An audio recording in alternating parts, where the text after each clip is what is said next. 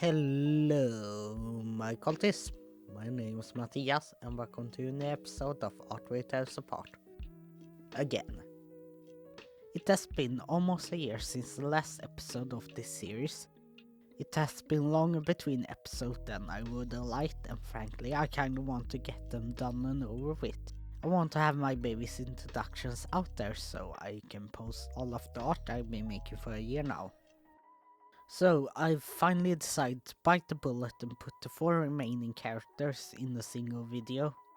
Hopefully it will not be too long, but that's just hopeful thinking. This unfortunately means that I won't get to give as much information as I would like to. But I will come back to these characters in the future. This will not be the only time I will bring them up. One final thing before we get to the characters. The art was made a year ago, and while it might not seem like a big difference to you guys, I think I can do better now. So I recently redrew everyone and gave them a slight tweak to their designs. I will post that video after this one. But let's stop digging the grave and get to introductions. First up, Tsurumi Ina. This is the main character of the story, and he was one of the 2 characters from my dream. He is also the one I have the most to talk about. See if I can condense 3 pages of script into a half page. But let's start with his quirk, because that will take up most of the section. His quirk will sound pretty OP, and that's because it is. But I have created a good limitation for it. At least I think that, but I'm not an unbiased party, am I? Fuck it, I will do what I want anyway. I will try to not overcomplicate it while I'm trying to explain, but I'm not great at that. I don't have any good name for it, so keep that in mind as well.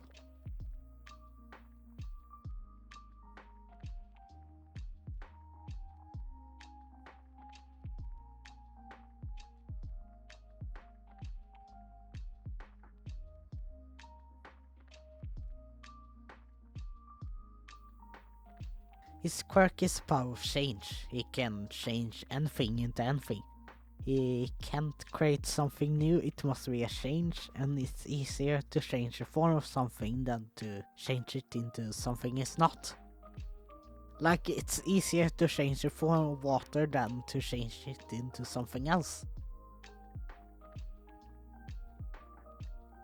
I don't want to list everything that his quirk can do, but to get a greater perspective, I will list some things he can do. Like changing positions of things. So a smaller version of a transportation quirk. There is a drawback to this, and we will get back to that. How big it is depends on different factors, like distance and if it's a living organism. He learned to change his own strength a little bit later on, but also can boost others as well. He could also change the meta-human into its previous evolution, so removing someone's quirk for a short while. This is not something that will happen more than once. We will get back to that in a second.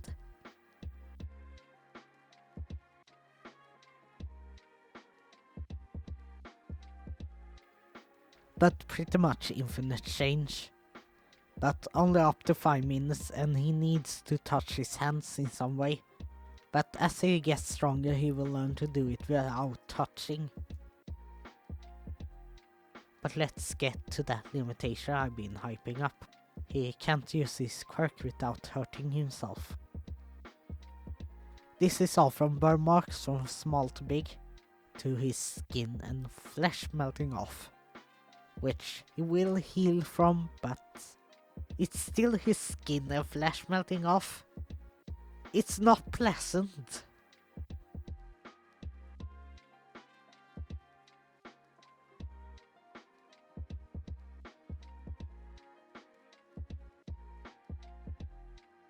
Of course, the regrown skin will become weaker and weaker for every regrowth.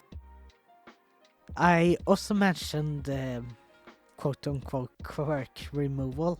While he can't remove someone's quirk, he will lose a finger, bone and all in just a couple of seconds. If he loses the bone, the finger won't grow back.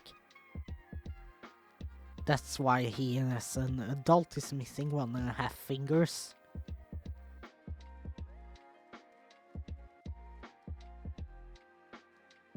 The damage isn't random. The greater change, the greater damage.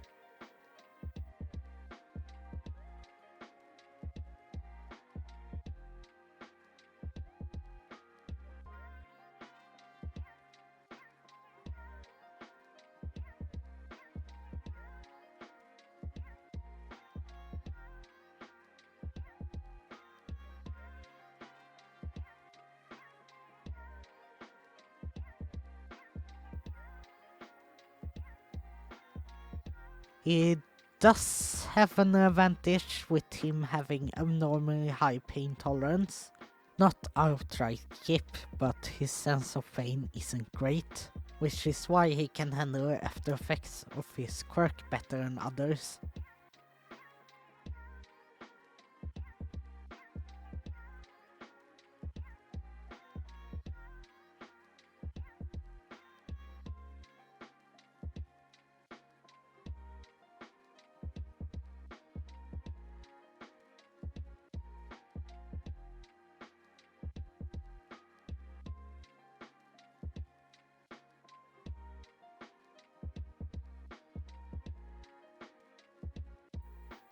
Ina is one of the two in the group that isn't an only child.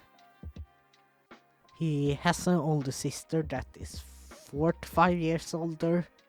I haven't set a specific age for her yet. Her name is Ayoi and she has inherited their grandmother's quirk. It's also the worst quirk ever for a sibling to have. Her quirk is being a human lie detector, meaning that she can see if someone lies. She can also tell the difference between a white lie and a lie. Lucky for Ina, she has never been a snitch. Not that she needed to even snitch. Just the fact that she could get him in trouble was enough for him to confess when he had done something bad. This has gotten better with age.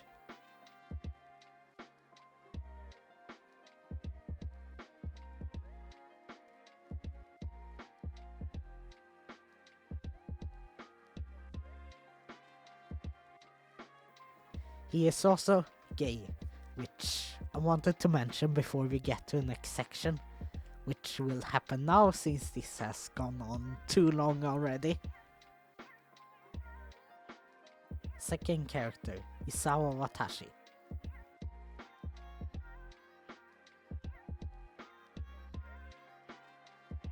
Ina's crush and childhood friend.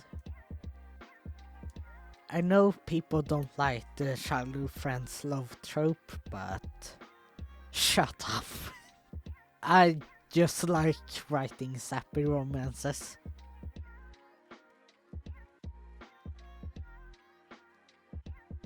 But they pretty much grew up together since the Isawas moved in next door when Ina was only a few months old. Ina is born on the 6th of March, while Watashi is born the 19th of November. Watashi is also the youngest of the group, but the tallest as well.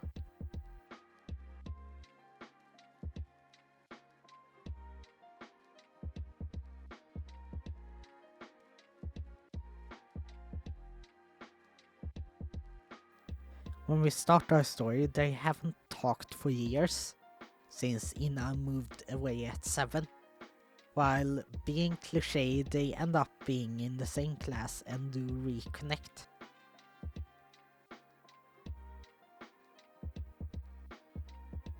Their dynamic have changed since they were small. Ina used to be more confident and a little bit cocky when he was younger, while Watashi was the shy kid that always followed Ina around. I actually based their dynamic as children on me and my best friend growing up. Watashi has definitely become more confident while Ina struggles a little bit with his confidence, which is a story beat that I won't go into right now.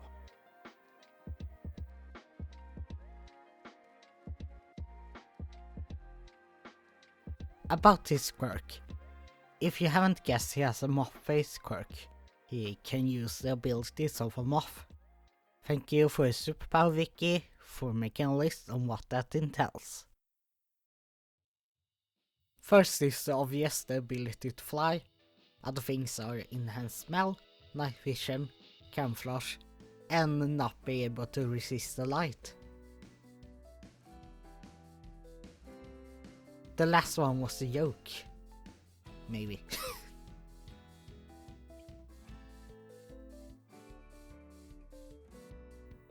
Watashi actually got in through recommendation, being the son of 2 pro heroes. His dad had the same quirk as his son and used to be in the top 100.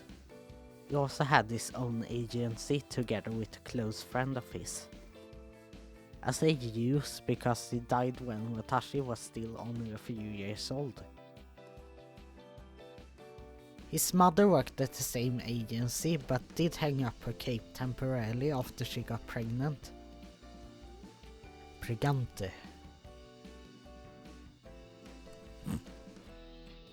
Of course, when her husband died in hero work, she knew that she couldn't go back to being a hero. She didn't want anything to happen, so her son ended up alone. So she made the decision to hang up the cape. She still works for the agency but does everything besides hero work. So she is the boss. But she ended up finding a role in running the place and is happy where she ended up. Life is fun like that.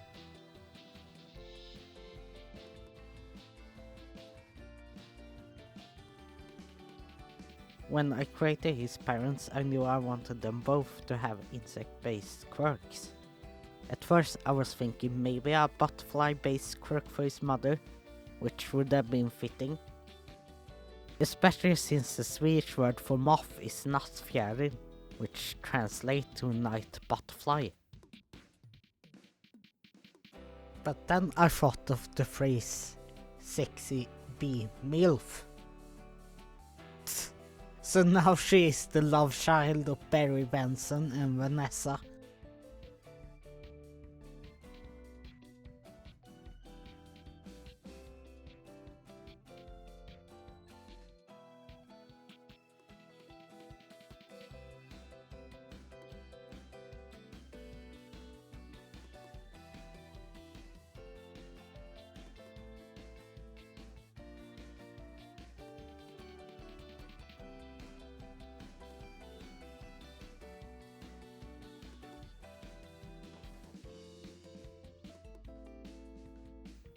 I realized when I wrote the first script that much of Watashi's introduction was about how other characters find him.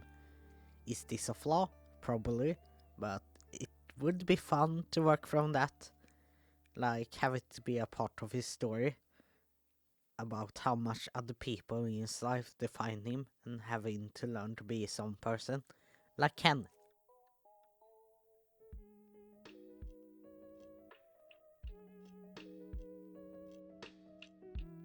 For the character Hayata Reisa.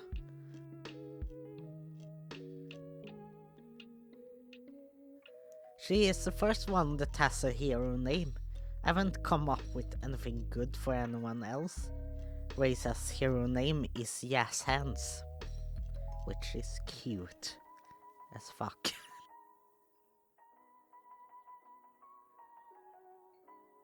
This can bring us to her quirk. Reisa's quirk is laser hands, which is pretty much what it says on the tin. She can shoot lasers from her hands. She can control how big she wants it, and if she wants to use the whole hand or just a finger. And her biggest weakness is that she can overheat her hands.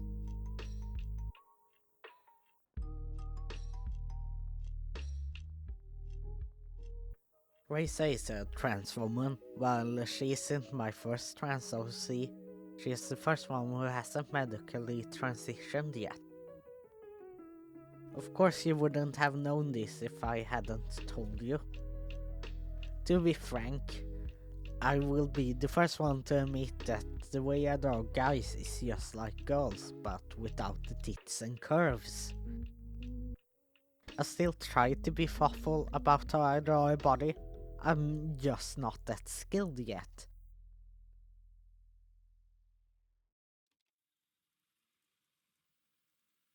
When I first designed her, she was wearing some kind of padded bra, but I removed it and I am quite happy with how she looks without it.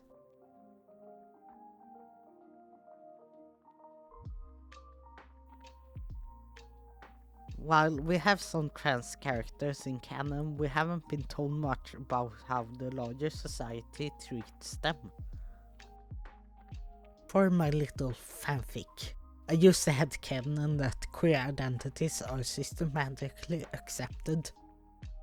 This is where superpowers are the norm. If people can accept that, I don't think accepting that someone is gay or trans would be that much of a trouble. This is, of course, a hopeful reading. I know you fuckers would most likely accept people having superpowers before accepting that queer people exist. Like, fuck those people. Not that any of them is watching, because why would they watch my queer ass?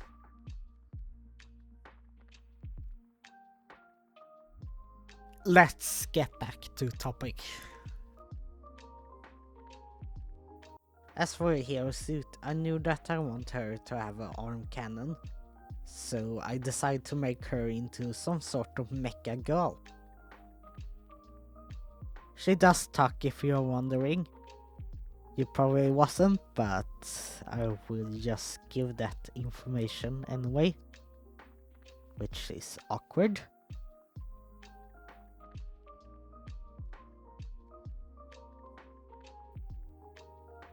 Reisa and Ina is best friends. They have been ever since he became a classmate. Reisa was even the one who convinced him to try out for UA.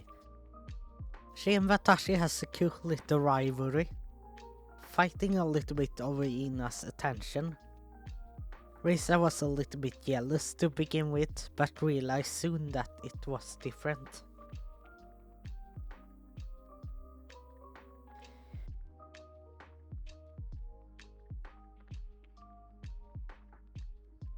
While she doesn't have a diagnosis, I would lie if I said I didn't make her somewhat ADHD coded. Mostly taking inspiration from my own possible ADD. Now on to our next character. Last character, Matsuyama Sakura. Last one.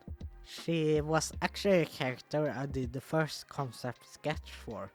She was also part of my dream together with Ina.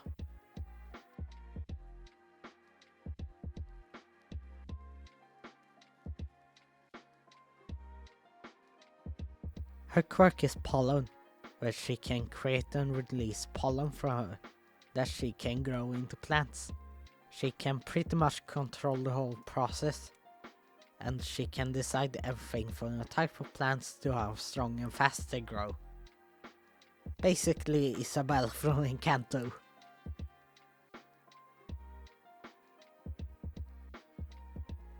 She also has a bit of her mother's quirk, which is vines, which manifest in vines growing out of her head, but she will get more powers as she goes along.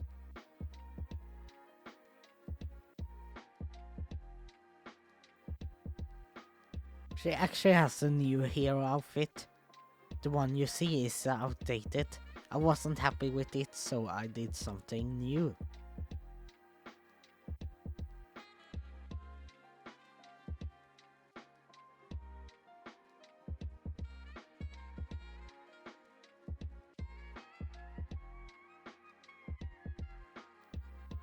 But when we already are talking about the hero outfit, let's talk about something that is related to it. When I first walked through My Hero Academia, I thought it would be fun to create a hero that, instead of being inspired by classic comic book superheroes, was inspired by magical girls. We even have Precure-like franchising canon, and I freaking love Precure and magical girls, so I am up for a task. This is what Sakura is. She got her inspiration to pursue hero work from magical girl animes. She is actually a bit of an in-closet otaku. She doesn't like to admit her more nerdy side, and you're not the first to guess her being an otaku.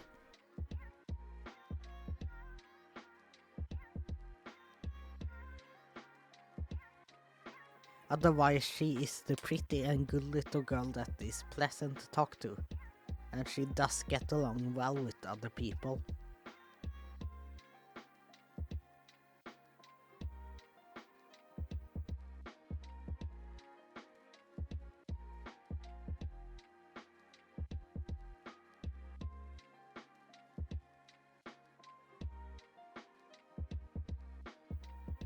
Because of this, she and Kyosa is the odd couple of the group, being the opposite of each other.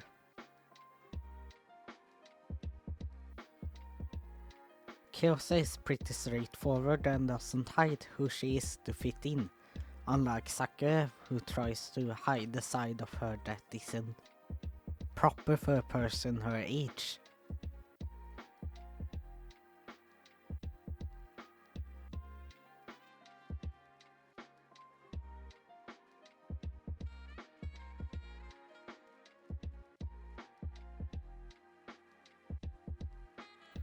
Sakura is definitely more cautious, while Kyosa is more act first, think later. They are at odds with each other, but in a way that they make a great team when they work together. I think their dynamic have great story potential.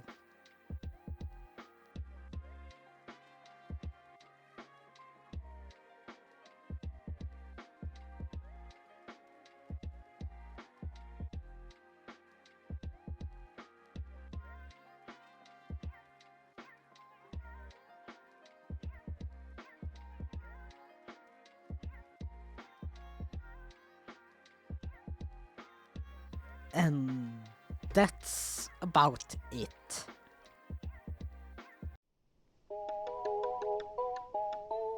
Hello, current day think you here.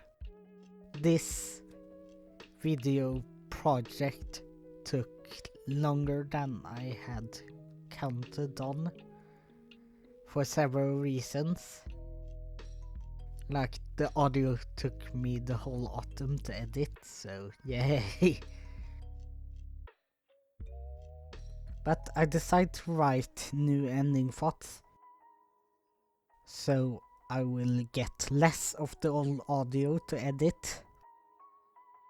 Even if it still means I get more audio to record. Yay!